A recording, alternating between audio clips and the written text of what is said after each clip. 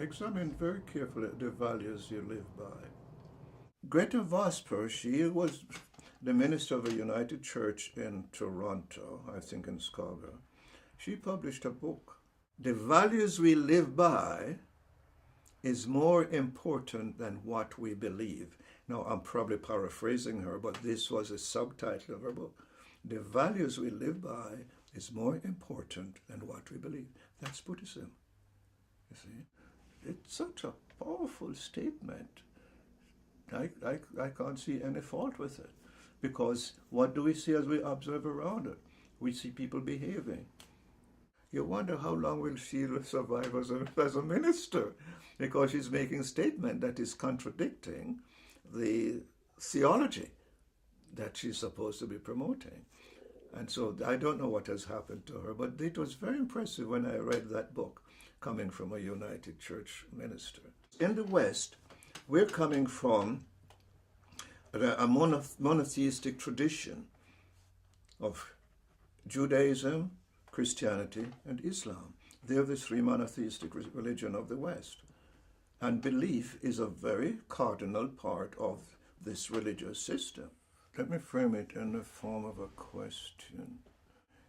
Is it possible to exercise sound moral judgment as a person without a belief in God? Also, on the other hand, can we pursue immoral behavior without the intervention of the devil?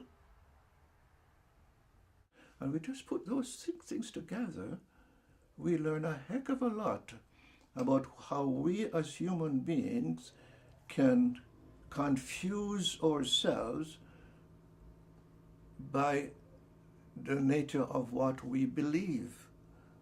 Goodness! A suicide bomber who goes into town, blows himself up, and in the process takes out tons of people, and that is based on what? His belief. It's based on belief. Okay.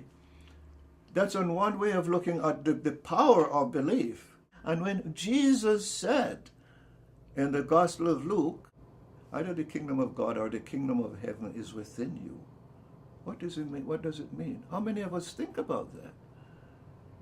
We hear it, we know, we read it, we hear it. But what is the meaning of it when Jesus said the kingdom of God is within you?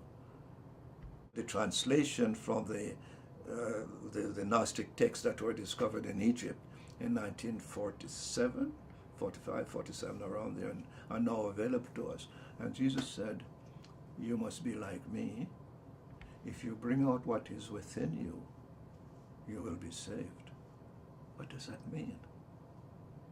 It means what a Zen Roshi monk said to Elaine Pagels in a chat talking with him in California, when he said to her, you know, if I had had access to the Gospel of Thomas, it would not be necessary for me to become a Buddhist.